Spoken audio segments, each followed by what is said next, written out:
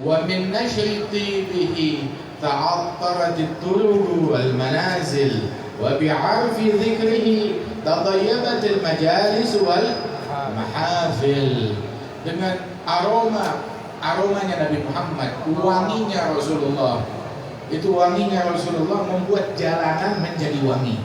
Sampai orang itu jalanan yang dilewatin oleh Rasulullah itu jalanan wangi. Itu sahabat kalau mau ngikutin kemana Nabi pergi, tahu ngikutinnya bagaimana? Mengendus aromanya Nabi Muhammad. Oh, Nabi pernah lewat sini ya? Nabi tadi lewat sini. Oh iya, kemarin lewat sininya. Atau tadi paginya lewat sininya.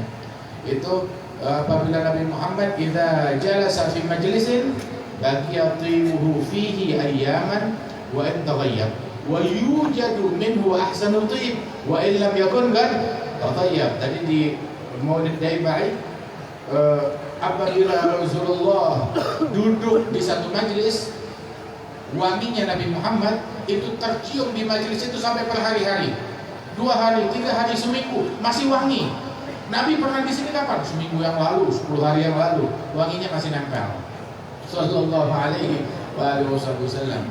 Dan hebatnya Rasulullah bahwasanya tercium aroma keharuman beliau walaupun tidak pakai minyak wangi.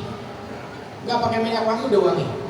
Sehingga Nabi Muhammad kalau beliau itu pakai minyak wangi sekedar nunjukin aja ke kita kalau pakai minyak wangi itu hukumnya sunnah. Adapun beliau tanpa minyak wangi udah wangi, tapi mau menunjukkan ke umat, Nabi aja yang zatnya sudah harum, sudah wangi, masih menggunakan minyak wangi. Mau ngajarin sunnah itu kepada kita. Ya, tapi minyak wangi sunnah itu buat orang laki. Buat orang perempuan, sunnahnya kalau ketemu laki, kalau ketemu suami. Bukan dibawa minyak wanginya ke kondangan. Jalan naik apa namanya, taksi online, dia cium pakai parfumnya, melewati jalanan di jalanan, kecium aromanya oleh orang laki-laki yang bukan muhrimnya. Ada haram hukumnya. Haram hukumnya. Itu di Syama'il Tirmidzi itu disebutkan parfumnya laki-laki yang aromanya kuat, yang warnanya saru nggak kelihatan. Parfumnya perempuan warnanya kelihatan, akan tetapi aromanya itu apa namanya lembut, artinya nggak tercium kuat. Artinya kalau ketutupan baju nggak kecium aromanya. Itu parfumnya perempuan. Nah perempuan, kenapa perempuan nggak boleh pakai parfum yang kuat sampai kecium aromanya oleh laki-laki yang bukan muhrimnya?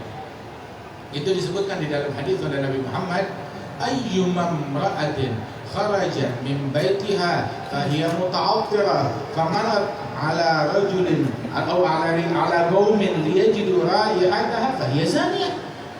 Perempuan kalau dia keluar dari rumahnya dengan memakai wewangian, terus ngelewatin sekelompok laki-laki yang bukan muhrimnya, tercium aromanya oleh orang laki-laki tersebut, maka wanita ini dapat dosa zina. Ini yang bilang Nabi Muhammad. Apa kita mau ngomong Nabi lebay? Enggak, Nabi kalau ngomong hak, nggak pakai hawa nafsu. Kita berbuat pakai hawa nafsu.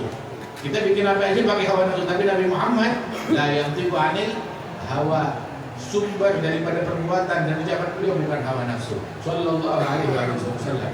Nabi bilang begitu. Ini perempuan kalau kecium aromanya oleh laki-laki yang bukan muhrimnya, dia dapat dosa zina. Itu ulama bilang, Syekh Al-Haribar bilang yang dapat dosa zina bukan cuma dia doang, suaminya juga kalau nggak melarang. Oh belum bersuami, bapaknya juga dapat dosa zina, walinya juga dapat dosa zina. Waliyadzubillah min dzalik. Oh saya kan mau pergi pengajian, lu mau pengajian pengen ampunan atau pengen dapat laknat? Mau dapat pahala atau mau dapat dosa?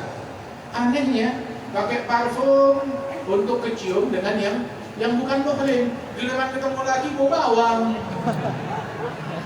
Ada bukan tempatnya. Ada akhir zaman orang lebih bakti kepada bapaknya orang lain atau ibunya orang lain daripada kepada bapak ibunya sendiri. Itu akhir zaman begitu. Sama abahnya, sama bapaknya orang, sama ibunya orang, ramah, santun, bakti. Giliran sama bapak sendiri, sama ibu sendiri durhaka, kasar, nggak sopan. Bahkan kepada istrinya orang lain sopan, santun, kepada suaminya orang sopan, santun. Dengan kepada suami sendiri, kepada istri sendiri, nggak ada rahmat, nggak ada kesopanan, nggak ada akhlak. Al-aqrabun aula bil ma'ruf. orang terdekat kita, ring satu kita, kerabat kita, mereka adalah orang yang paling berhak dengan kebaikan kita, dengan husnul khuluqnya kita, dengan akhlaknya kita. Nabi Muhammad bilang dalam hadis, khairukum, yang terbaik di antara kalian. Siapa yang terbaik di antara kita? Yang terbaik di antara kalian yang sholatnya banyak, puasanya banyak, ilmunya banyak, masanya banyak, followernya banyak. Bukan. Tahu siapa yang terbaik di antara kita? Gampang, mudah. Khairukum li ahli. Dalam riwayat khairukum li nisa'i wa ana khairukum li ahli. Yang terbaik di antara kalian yang paling baik, paling santun, paling ramah, paling berakhlak kepada keluarganya, dan aku yang paling baik terhadap keluargaku, kata Rasulullah sallallahu alaihi wasallam.